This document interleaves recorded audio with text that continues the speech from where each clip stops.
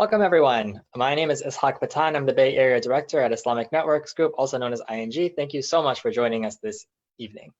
As you may already know, ING is a peacemaking organization dedicated to face-to-face education and engagement to foster understanding of Muslims and other misunderstood groups to promote harmony among all people. In response to the events of our day, which are unprecedented, we've started developing all of our educational work online. And as part of this work, includes our Interfaith Speakers Bureau. And what that does is it provides panels of representatives from world major religions for schools, colleges, universities, and other community organizations.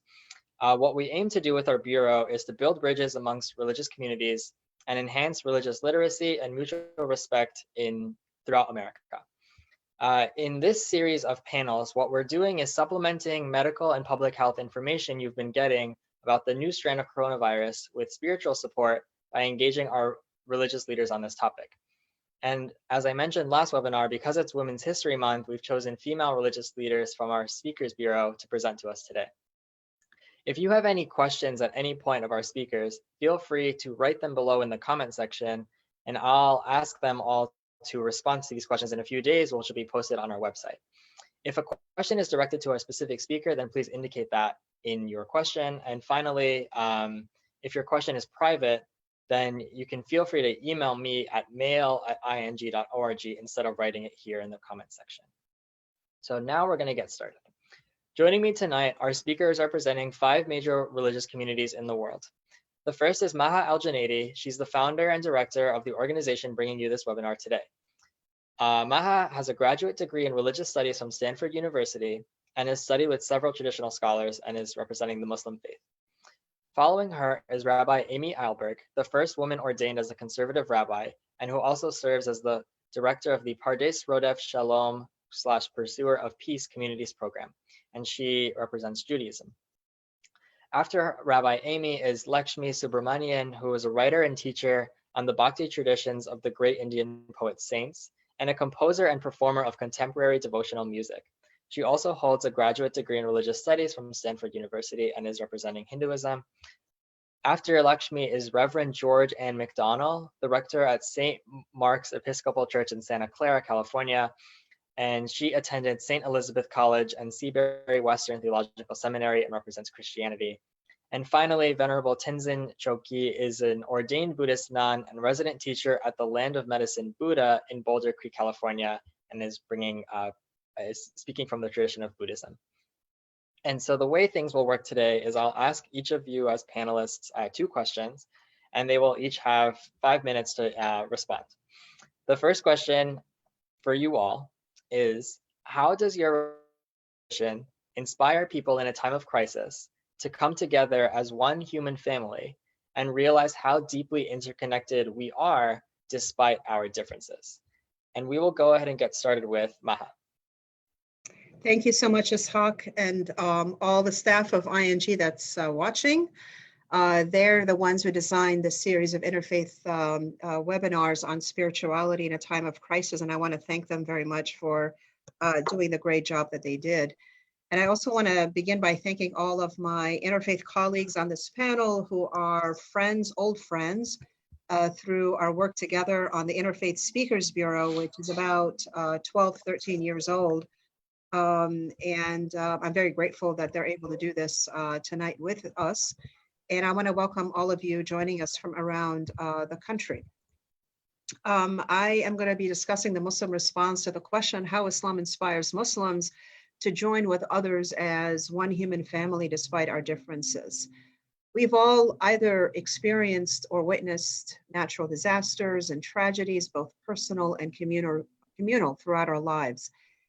Throughout our life. And I remember, for example, the Loma Prieta earthquake while I was living in San Francisco on Divisadero Street, where the buildings came down.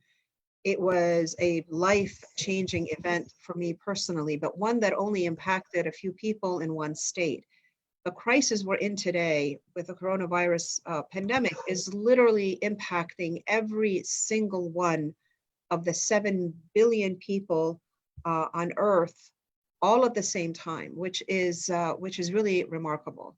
And the virus is not discriminating based on ethnicity, religion, gender, socioeconomic status, or even in age, although the risk, of course, is higher for certain groups. This fact in itself is something to reflect upon. An often cited Quranic verse that affirms the interconnectedness of all of humanity is verse 13 of chapter 49 in the Quran, which reads as follows: "O humankind," this is God now speaking in the Quran, "O humankind, we've created you from a male and a female, and we made you races and tribes for you to get to know each other. The most noble of you in the sight of God are those of you who are most conscientious, and God is omniscient, fully aware." Also, according to Islamic tradition, all human beings are from Bani Adam, which literally means we're all of one tribe or children of Adam and Eve, the parents of all humankind. In his last sermon, the Prophet Muhammad emphasized this fact, saying, "O people, remember that your Lord is one. All humankind is from Adam and Eve. An Arab has no superiority over a non-Arab, nor a non-Arab has any superiority over an Arab. Also, a white person has no superiority over a black person, nor does a black person have any superiority over a white person except by piety, sincerity in their faith, and good actions. Indeed, the noblest among you is the one with the best character." Both the Quranic verse that I just cited and hadith that I just recited are both brought home for me with this pandemic we're all experiencing equally. This virus for me is like a wake-up call, reminding us that we're all equally human and equally vulnerable. And in light of this reality, it's become incumbent upon us more than ever to come together as one human family and look past our differences to work together for the good of the whole. In the last session that I did on Tuesday in the series of the webinars, I related a hadith, a prophetic saying about the topic of pandemics or plagues, which emphasizes the great reward a person gets if they self-quarantine as a preventative measure in order not to harm other people. What greater symbol of our interconnectedness than the very fact that my simple action of staying home may actually save the lives of other people. But this crisis also reminds us that despite all of our new ways of communicating due to technology, that we're still very much social people in deep need of support and social and physical connections. One of the most forgotten realities in our modern world is the role of our neighbors and neighborhoods and the role of religious communities as an extension of our own family. And crises like the recent fires and now this virus are reminders for me of our interdependence and the importance of knowing and keeping in touch with our neighbors, with our friends, looking out for them and nurturing a sense of community. Kindness to neighbors is very much emphasized in Islamic teachings throughout the Quran and Hadith literature, to the extent that the Prophet Muhammad said to his companions once that the angel Gabriel kept recommending treating neighbors with so much kindness until I thought he would assign them a share of our inheritance akin to our blood relatives. So, neighbors are important. A neighbor can be a physical neighbor, a co-worker, or someone in our local community. We are each responsible for the welfare of those in our community is how Islam views this issue. And I'll stop here. Thank you. Thank you so much, Maha. I think there's an echo. Next, we're going to move on to Rabbi Amy to discuss her perspective.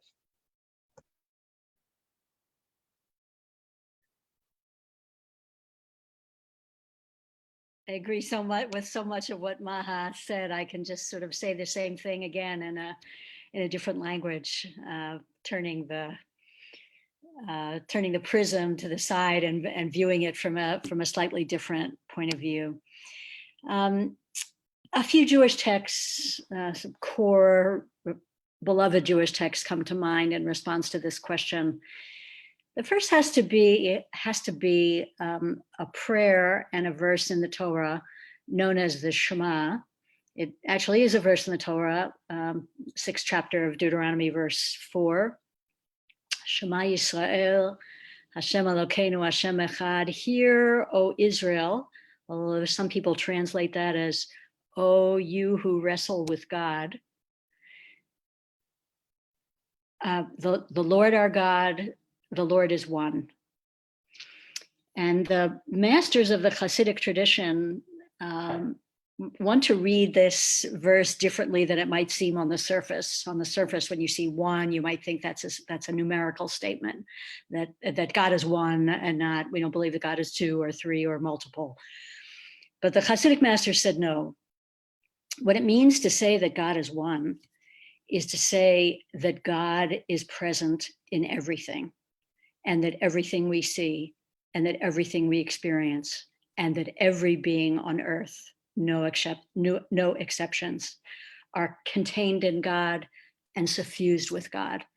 And the Shema made its way from Deuteronomy into really pride of place in Jewish liturgy. I dare say Jews who are least involved in Jewish life, if they know one prayer, they know the Shema. It's the prayer we say before going to bed at night. It's the prayer that we'll say with God's help before we die. And it's a prayer about oneness. Another text that comes up, particularly in interfaith, comes up for me, particularly in interfaith context, is from the Mishnah, the first ever book of Jewish law, edited and released about the year 200 of the Common Era, says the following: whoever causes a single person to perish, it is as if they destroyed the entire world. And whoever saves a life, it is as if they saved the entire world. This is a very, very beloved and important Jewish text, but it's become all the more important to me since I learned many years ago that a different version of the text appears in the Quran as well. So it is a beloved teaching that we share. It seems clear that we are, most of us, practicing a profound kind of social solidarity right now, living out and acting out our concern for the common good, precisely because it is a moment when we, the entire human family without exception, face an invisible, lethal foe. We are all together in this, all equal, all alike, in our fear, in our anxiety, in our concern for our own health and that of our loved ones, community members, and in our need and desire for protection and safety for ourselves and for those we love. We are all the same in this, no difference. We recognize so clearly that we are, in the Hebrew, B'nai Adam, children of Adam and Eve. That is to say, we are human beings. We are not Jews and Christians and Muslims at this time. We are humans, all of us created in the same kind of fragile and finite body that leaves us vulnerable and mortal.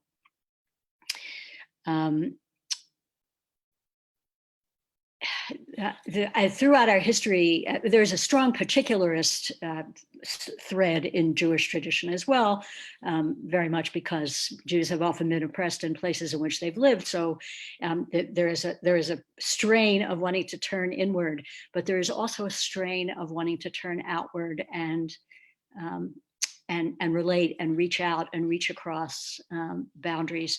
And so I have seen both multi-faith calls and Jewish calls to help support all kinds of people, not only those who are medically vulnerable, but those who are economically and socially vulnerable at this time, the incarcerated, the homeless, the immigrants, those who could easily be left out and considered not worth paying attention to as safety nets begin to emerge in this crisis. One last thought. I was very inspired this morning to hear on a webinar a Palestinian peacemaker named Sami Awad speaking from Beit Jala near Bethlehem, in which he said, among other beautiful things, that in these days, and the virus is very active in Palestine as it is in Israel. He said, Palestinians and Israelis are not one another's enemies right now. We have the same enemy. Both of us have the same enemy. And he said, my practice in these days is to ask myself every day, Sami, who will you be when this is over? How will you have changed as a result of living through this? And then if I've done that personal work, then I can also ask, who will we be as a society, as a human family, when this is over? So I pray that many people are taking on that kind of practice and that kind of desire to see that through the difficulties of this time, transformation may also come. Thank you so much, Rabbi Amy, for your words. Next, we'll move on to Lakshmi. Thank you, Ishaq. And namaste, everyone. Thank you so much for being with us this evening. In Hinduism, there's a Sanskrit phrase, Vasudhaiva Kutumbakam, meaning the world is one family.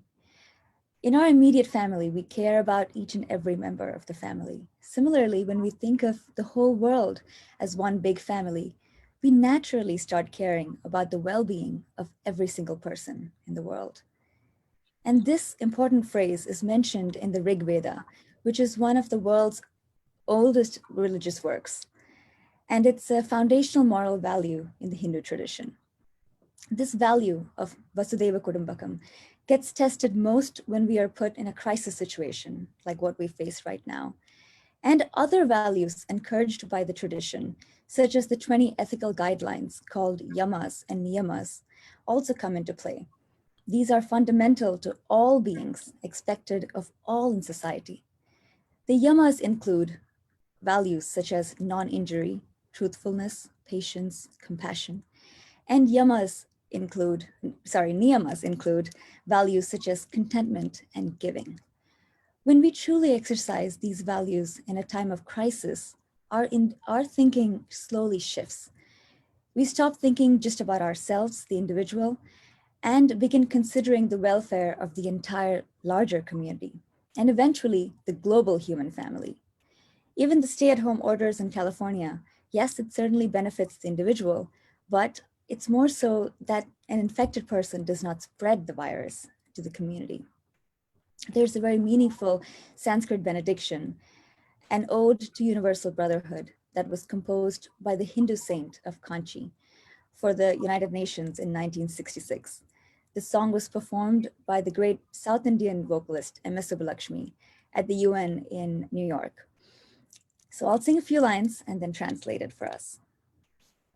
Janani prithvi kamadukhaste janako devah sakala dayalu damyata datta dayatvam janata shreyo bhuyat sakala janana. It translates to the following. Mother Earth is abundant and ready to give us all that we desire. God, our Father, is very compassionate to all. So restrain yourself, donate your wealth, and be kind to everyone. May all people of this world be happy and prosperous. And this last line, may all people of this world be happy and prosperous, gets repeated several times at the end of the song. Like this, there are many Hindu prayers that seek the well-being of the whole world. And every time we chant or sing these prayers, there is an inherent love and care for the community that gets cultivated within us. Hinduism always refers to the interconnectedness of all beings in the world, not only between people, but even between us and the natural world. Our unique traits, the nuances in our personalities, or in our religious traditions, are respected and cherished. But in these times of crisis, we're encouraged to look beyond those differences and focus on the commonalities that bind us together. That's exactly what all my fellow colleagues have shared so far. In Hinduism, the collective has always been prioritized. In these past few weeks, there have been several instances of collective Om chanting, global group meditations, and special rituals conducted in Hindu temples for the welfare of all in the world. All, of course, webcast via the internet. Thank you. Thank you, Lakshmi, and it's always really a pleasure to hear when you sing prayers. Reverend George, would you mind following her? Thank you so much. Thank you so much for this opportunity. It's great to see my colleagues together like this. It's just so good to see your faces. Yes, Echoing what Maha and Amy said, we come from one human family, Adam and Eve, and we are born of similar prophets of Moses and Noah, and so many prophets. And just last week at virtual church, we're having church through Zoom as well. We heard Jesus in our gospel was walking through Samaria, of all places, well behind enemy lines, if you will. He met a woman who was a pariah in her society. She was fetching water at a well in the middle of the day. In the course of this story, Jesus names the woman's shame and loves her without shame or any blame. She goes back to her community and she's fully restored, back to her community, and is fully restored. She becomes the first to proclaim Jesus as Messiah to her people. That is how my teacher acts, and followers of the way of Christ are invited to imitate this behavior of constantly reaching out and loving neighbor, regardless of who neighbor is and regardless of where they are in their society. Again, Jesus is walking along when a young lawyer looking to ensnare him asks, "What is the greatest commandment of all in all the Torah?" And Jesus says, "Love God, love neighbor." The lawyer goes on to ask, "Well, who is my neighbor?" Jesus then tells a story that many of us know, the story of the Good Samaritan. We know this story. Being a Good Samaritan is part of our vernacular, part of our law. But what we don't pick up on is that Samaritans were enemies of Jesus's people. This is the story of the good enemy, the story where the hero is the outsider. Jesus constantly tells stories like that, or shows care and healing to those outside, while his own sometimes do not receive him. The message of the gospel is clear. Loving neighbor is a universal love, to love all neighbors. To quote Archbishop Desmond Tutu, all means all.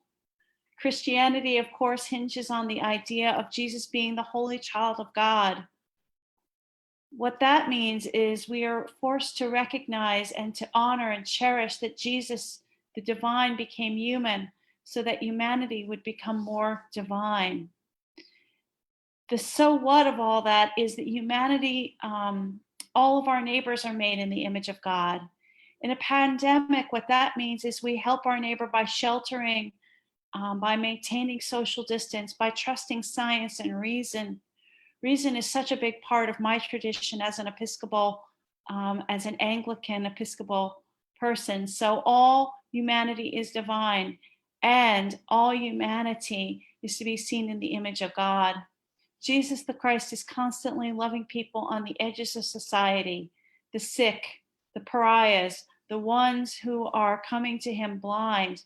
He comes to them, and we're to imitate that in the midst of this pandemic. It means that we're to reach out beyond ourselves, to help others, to be honest and courageous about what we are facing.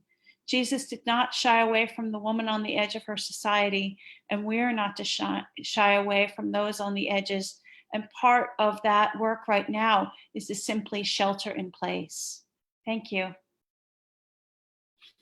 Thank you so much, Reverend George. And to close us out for this question, we'll have Venerable Tenzin.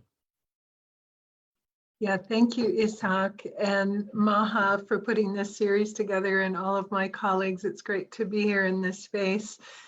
In Buddhism, the qualities of compassion and loving kindness are qualities that are practiced, developed, cultivated through our meditation and through contemplation.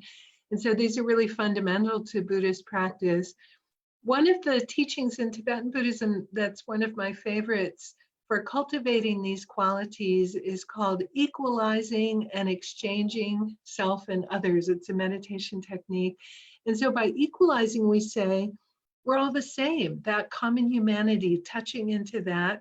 And then exchanging is a way of accessing our empathy for others. So this is a really powerful technique in Buddhism, and it's got two aspects. And one is the aspect of the common humanity. We meditate on the fact that even though there are superficial differences between people, obviously, in terms of race, nationality, gender expression, age, ability, opinions, and so forth. But the underlying basic human feelings and needs are the same. And so by really kind of dropping down below the level of those superficial differences to that basic humanity, the feelings and needs, we really get in touch with that common humanity, which makes us feel that sense of kinship that all the rest of you have been talking about. I think that's something that is held in common in all of our traditions. And then the second aspect of the practice is appreciation of others. And this is really getting in touch with our interdependence. We meditate on the fact that I couldn't eat the food on my table if it weren't for others. I'm not a farmer. I don't grow it. I have no idea how to grow a head of broccoli. I couldn't even have a drink of water if it weren't for the kindness of others. I'm not a plumber. I have no idea where the water in my faucet even comes from, to be honest. So we try and, I think sometimes, especially in sort of North American hyper individualist, autonomous culture, we have this false sense that we exist autonomously somehow, that we're responsible for everything that we experience, everything that we enjoy. So in one of these meditations, we really, really kind of follow back, for example, the food on our plate, all the people that were involved in getting that food to our plate, all the different steps, and generate a sense of appreciation and a real understanding of that interdependence. I was asked recently to teach on it at an interfaith New Year's Eve experience that had to do with the environment. And they asked me to talk about where our clothing comes from. And so many people afterwards said, I never thought about the person who sewed the seams in my clothing before, in some sweatshop in some South Asian country, perhaps, right? So generating a sense of that awareness of that interdependence. And I think there's nothing that brings that home more than this current crisis that we're experiencing right now. When you think about the fact that just a little over 3 months ago, in a live animal market in Wuhan, one little incident has led to this worldwide pandemic. And I think if anybody doubted the level of our interdependence, this should bring it all very much to home. But through that meditation on really the common humanity and our appreciation of others, then we don't feel that there's any stranger. We don't feel there's any difference between us and others. So we try to care for and take care of others the way we would just our own family members and loved ones. And eventually through that practice, we widen our circle of loving kindness, care, and compassion so that it encompasses all living beings. So to me, that really provides the framework and the practice that enables us to feel that sense of connection and care in this time, which quite frankly is the only way that we're going to get over this pandemic. As my colleagues have mentioned, only if we care for others will we follow the guidelines to protect not just ourselves, but all of us. And we need that right now. We can't do it alone. It's so clear. So thank you. Thank you. Thank you so much to all of you for your wonderful reflections on the first question. I just want to give a reminder to anyone watching that if you do have any questions for our panelists, you can feel free to type them up in the chat and we'll get you answers to those questions. We're now going to move on to our second question of the evening and final question, which is, how does your religious tradition move people in a time of crisis to look out for and take care of one another? And so I'll just repeat it one more time. How does your religious tradition move people in a time of crisis to look out for and take care of one another? And we'll start again with you, Maha.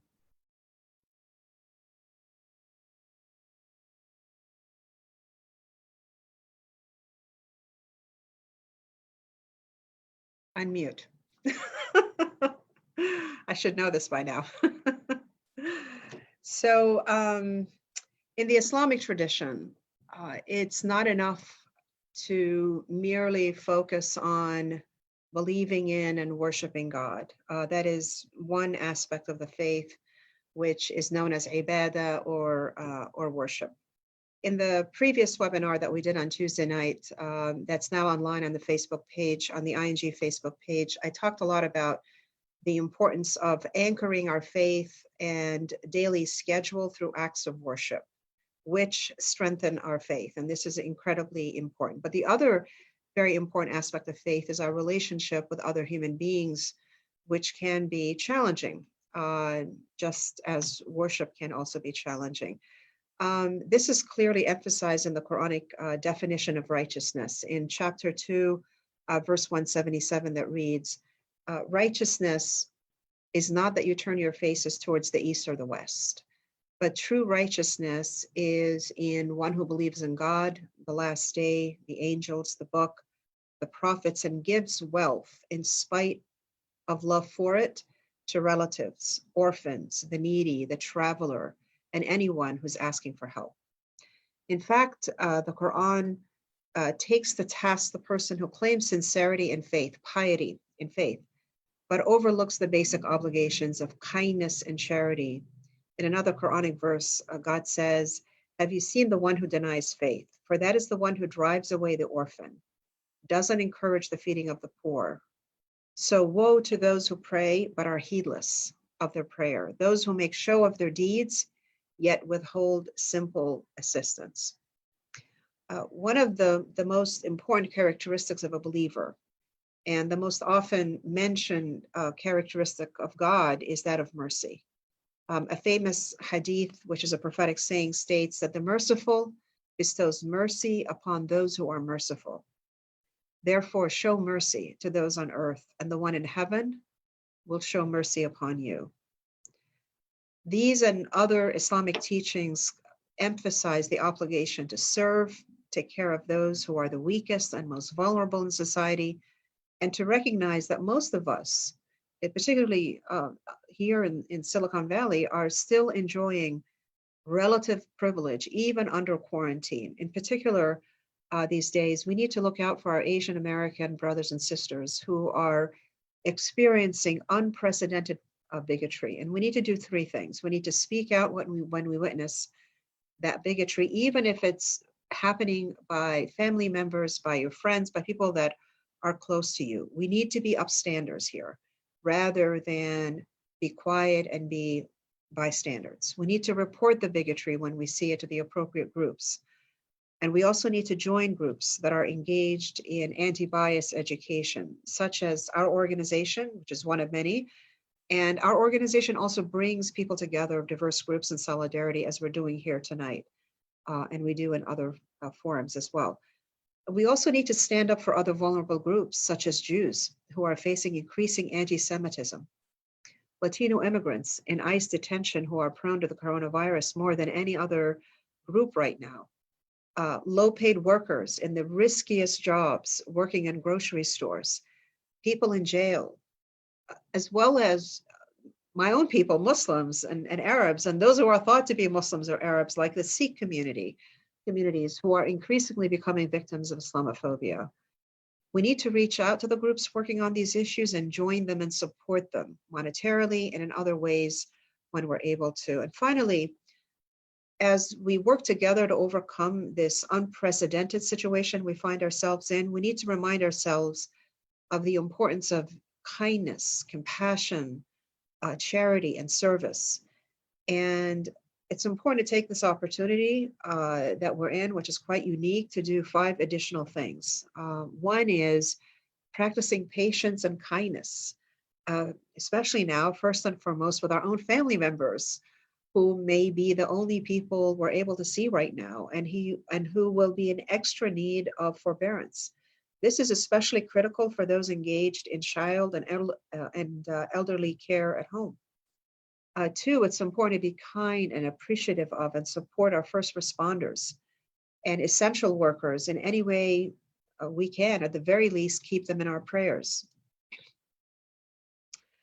3, we need to use social media, texting, calling to reach out to loved ones, friends, and those who may be isolated on an ongoing basis. Call or reach out to at least one new person daily.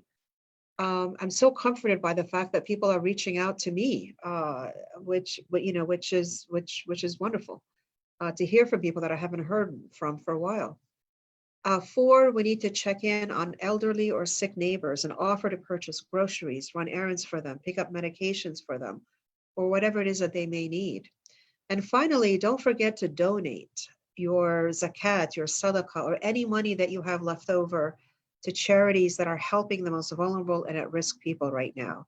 It's also important to support your nonprofits right now as well, who are very much impacted by the current environment. We include a list in the resource document that you will have access to after this webinar, and Ishaq will tell you how to access these resource documents for all the 5 traditions that are represented this evening. Thank you. Thank you, Maha. We're now going to move on to Rabbi Amy.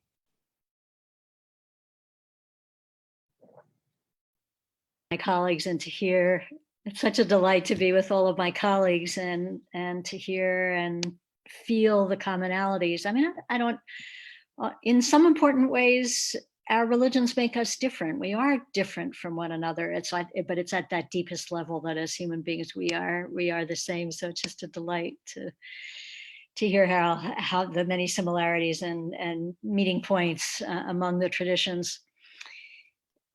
Jewish tradition is a communitarian tradition, and it has been so since its very beginning. I appreciated, Tenzin, what you said about American and Western individualism. That's not the Jewish way. That, of course, Jews in the modern world have jumped on board with that. But Jewish tradition is intensely communitarian. We have moved through history as Am Yisrael, as the people of Israel, focused not on our individual histories and journeys as people, but as our journey with God through history as a people. We do most important things we do in the plural. There is an individual religious life, of course, but the most important things are done in the plural. We pray in the plural, and in fact, there's a tremendous strain in the current phenomenon of virtual communal prayer, because we can't actually stand together, constituting a quorum for prayer in the way that we need to. The most maybe striking example is that even our confessional prayers are in the plural. On the holiest day of the Jewish year, Yom Kippur, when we recite long lists of the sins that we may have committed, we recite them in the plural, even though I in particular might have I've certainly done some of the things on the list, but actually not done things on the other part of the list. But we do that prayer exercise together on behalf of all of us. In particular, the mitzvah, the religious obligation to care for the poor and the disadvantaged, is among the very most fundamental parts of Jewish life and law, arguably as important as relationship with God. As strange as that may say, that was a strong statement, and I think it's an accurate description of classical Judaism. One particularly famous and beloved expression of this is again in the Mishnah, Pirkei Avot, first chapter.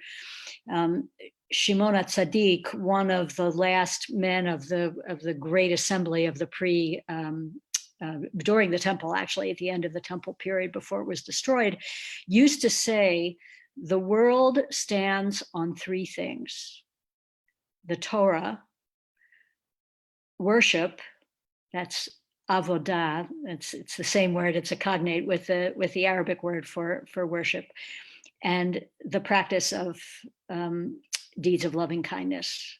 The world stands on 3 things. That is to say, if that 3-legged stool, if one of the legs was missing from that 3-legged stool, the world would cease to be. It doesn't say first do faith. I mean, there are other places, of course, where it says first do faith, but it doesn't say first do faith. There are other places where it says first do study, and that study will lead to faith and to action. But this classical formulation says those things are equally important. Relationship with God, relationship with sacred Jewish text, and acts of loving kindness. And there are many, many, many other expressions of that in Jewish text and throughout Jewish history. So it's not surprising that Jews have always excelled and really focused on taking care of communities. There's a time-honored tradition of Jews in all of the countries in which they've lived around the world of mutual aid societies, chavrot, one for taking care of the poor, one for taking care of widows, one for taking care of poor brides who need support to have the kind of wedding they want, one for taking care of the sick, and one for accompanying the dead to their final resting place. It's simply who we are. As a Jewish community, one of our strongest traits. And I think that's true even for Jews who no longer consider themselves religious people, but live a secular Jewish life by their own description. Communal, mutual obligation just comes naturally to us. And so it's not surprising, but still very beautiful for me to watch what's happening in synagogues around the country. I assume the same is true in other houses of worship, but during these couple of weeks, I've been more in conversation with other rabbis, in which one synagogue after another, you see an explosion of acts of loving kindness, some of it organized by the community, some of it just spontaneous, or an organized system for calling all the vulnerable people, the people who are ill, the people who live alone in the society, for delivering groceries, for driving young people who are less at risk medically, for driving people to medical appointments, for young people, again, who want to help older people who may not have known how to use great tools like Zoom, who really need to be tutored now, and as well the calls for justice, the calls to the community to respond to the needs, not only of our own, but of the poor, of service workers, of immigrants, of the incarcerated. As I said, not surprising to see this just burgeoning in the Jewish community, but still beautiful to watch. Thank you. Thank you so much, Rabbi Amy. Lakshmi, would you mind going next? Sure.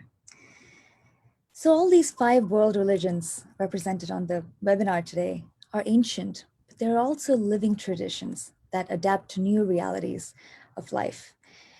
In a crisis situation where time is of essence, we transcend all religious differences. And that's what we've been hearing over and over again for this entire hour.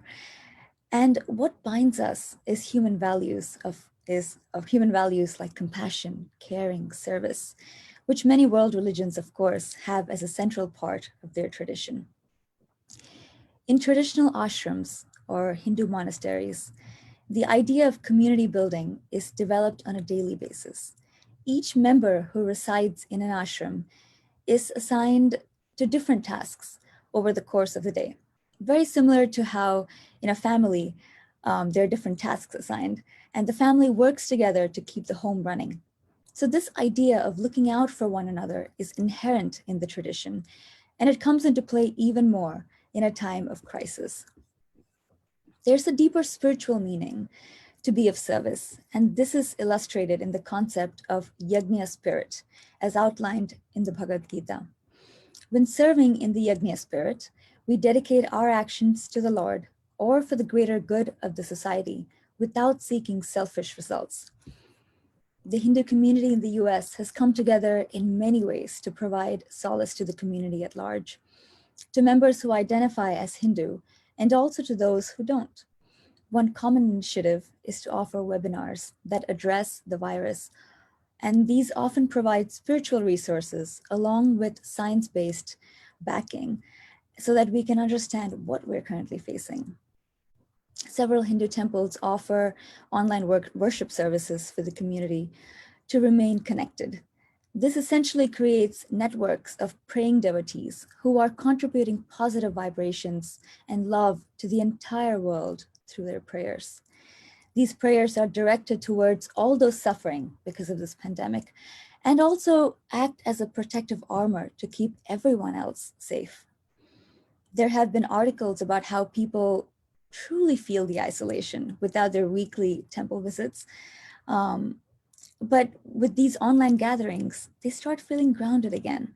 And these are open to everyone in the community, regardless of their religious or spiritual affiliation. Generally in Hinduism, we look for answers to challenges we face in life, to scriptures, such as the Bhagavad Gita. Many religious teachers are offering online courses for collective prayer and study of relevant scriptures. For example, the Chinmaya Mission in New York is doing online satsang and discussions entitled Peace in a Restless World to help people process the current situation through a spiritual lens. They draw upon the works of many renowned Hindu authors who help restore peace and balance in our minds. There are also several pockets of Hindus all around the world who are engaged in group prayer sessions. These people pray for the safety and welfare of not only Hindus, but for people belonging to all faiths, all religions, and of course, all nations. Organizations like the Hindu American Foundation are offering special podcasts on how to deal with the pandemic, featuring medical experts on the subject, while also encouraging people in the community to donate masks, wipes, and gowns to local hospitals. They're also doing yoga and meditation webinars to help the public calm down in this stressful period. We really hope that you find the resource sheets provided by ING useful, and I'd like to leave you all with the Hindu mantra for peace. Om Shanti, Shanti, Shanti. May peace always prevail. Thank you. Thank you, Lakshmi. Reverend George, would you mind responding to the question? Ways. I think one of the ways that we look out for each other, besides the usual calling on each other and buying groceries, which I've watched abundantly happen. I've watched my younger parishioners buy groceries for older ones. We have a phone tree that was designated and put together quickly on the fly, Zoom conversations, church on Zoom, all of that. Besides all that, we reflect on our story, the bigger story of our faith, and when we've been in this place before.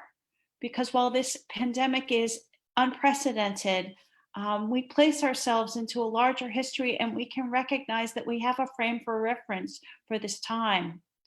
The story we are living in right now is key to being centered, grounded, and able to live with the grief of now. Being able to hold grief rather than anxiety now is significant and critical to helping each other. For if we can hold another's pain in the midst of this anxiety, as we connect with our grocers, as we connect with fellow neighbors, with others, as we buy groceries, as we donate money, as we do all the things of kindness, we will find that we have the heroic ability of holding a centeredness in the midst of the anxiety. And the preposterous happy talk and ability of holding center in the middle of this is so important. There's such an idolatry in our culture around money, and we're seeing this so abundantly right now. Money before people, or as I heard a leader say today, let's pack the churches on Easter Sunday. I never thought I'd say this about church, but such ideas are fear-based idolatry given what we are going through. There are also prophets that teach us about living life with wholehearted courage during these times. Moses, a prophet that is known to Christianity, Judaism, and Islam, is one of the prophets I've been reflecting on a lot. The ways that he wandered in the desert for 40 years. In the midst of that wandering, God doesn't sugarcoat or do false happy talk with Moses about a life of following God. The other day on a Zoom meeting with my bishop and other clergy, we had a rich conversation and theological reflection on what it means to follow God into the desert of pandemic. What does that look like? What happened in the desert with Moses? The people were afraid. They made a golden calf and had idols. We talked about the idols of our time right now and the fact that idolatry is a form of anxiety and control. We talked about the golden calf of right now, the stock market, happy talk, or talk of that kind of religious abuse that doesn't take science seriously. And of all things, who ever thought that toilet paper would become a golden calf? Who knew? I plan on having similar conversations with my own community on Sunday this week as we reflect theologically on what it means to live in exile. More than the biblical story, I've been reminding my people of the lives of the faithful that we call the saints, and in particular of Julian of Norwich. Julian was a mystic and the first woman systematic theologian to write a book. She lived in the time of plague in England, and even succumbed to fever, and many scholars presume that she had bubonic plague. In the midst of that, God sent her a vision of tender mercy and love. She wrote, in the midst of plague and illness, and all shall be well, and all shall be well, and all manner of things shall be exceedingly well, for there is a force of love moving through the universe that holds us fast and will never let us go. This is my mantra and the words I've given to my community to help them hold fast to the center. And rather than being in anxiety and fear in the midst of so much uncertainty, to know that we have places in our story that we can turn to and reflect on, and reflect our grief and our fear, and come out wholehearted and centered and at peace. Thank you so much, Reverend George, for your words. And finally, Venerable Tenzin.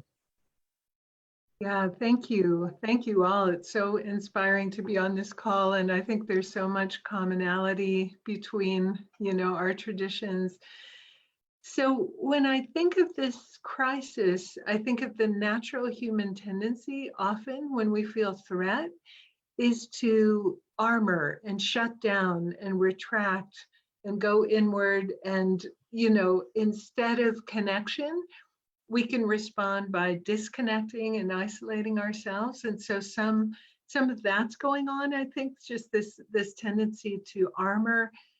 But in Buddhist teachings, we say, actually, that kind of self-absorption and self-focus is a cause of suffering. So when we're already feeling suffering, the more we go into that armoring stance of just focusing on what's going on for ourselves, it actually exaggerates the suffering. And sort of counterintuitively, if we open up and become aware of others and our common humanity, it's actually a way for us to help manage our own suffering and our own anxiety.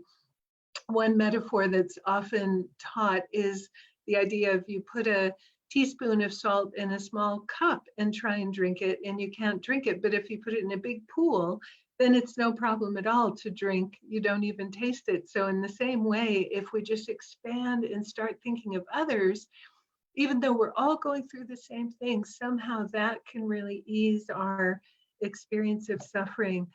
Maha was talking about, the privilege that we have. And I think of that a lot. And I think of, all of us that are on the panel, and probably almost everybody watching has a computer at home with internet connection, or else we wouldn't be able to be doing this. But how many people don't have that?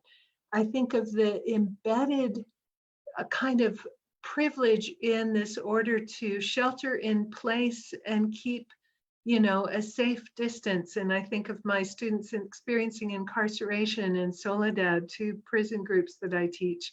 They don't have the luxury of sheltering in place and keeping 6 foot of distance.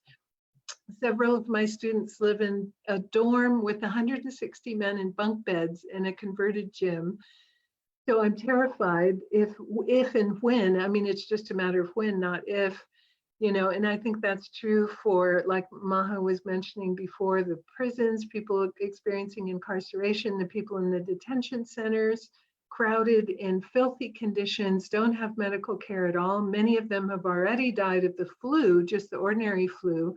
So once this gets in there, so thinking of the people that have a situation so different from us, and using the privilege that we have of the internet, the connections that we have, to actually advocate for some of these people that don't have the luxury of being able to shelter in place and keep, a social distance from others, all the people experiencing homelessness. So I'm really hoping that in addition to taking care of each other in our own spiritual communities, we'll really use this as an opportunity to reach out and take care of our bigger human family and the people that don't have a voice to advocate for themselves. And so that's something that I really see happening. So many petitions landing in my inbox, so many calls talking about, the kind of legislation that we want to ask our lawmakers to pass to protect people experiencing homelessness and incarceration, who are the most at risk at this point of really, really suffering from this pandemic. So I'm really hoping that we can, use the advantages that we have to advocate for those that are less fortunate, which I think all of our religious traditions share that wish and that perspective to take care of those less fortunate. So thank you. Thank you, Tenzin, and thank you so much to all of our panelists, again, who spent your evening with us and spent a lot of time preparing as well. Thank you to everyone who is watching. In relation to next webinar, we'll be meeting one more time on Tuesday, and if you just give me a second, I have it on the screen. So we'll be meeting on Tuesday, March 30th from 5 to 6 p.m. PST. And that is going to be our third and final panel, which is on reflecting on gratitude and faith in a time of crisis. And some of the panelists today touched a little bit on privilege, and we'll talk a little bit more about that during that panel. If you have any questions or comments, you can feel free to write them in the chat now, and we'll get you some answers in a couple of days, or you can send an email of a private nature to mail@ing.org, and I'll read that there.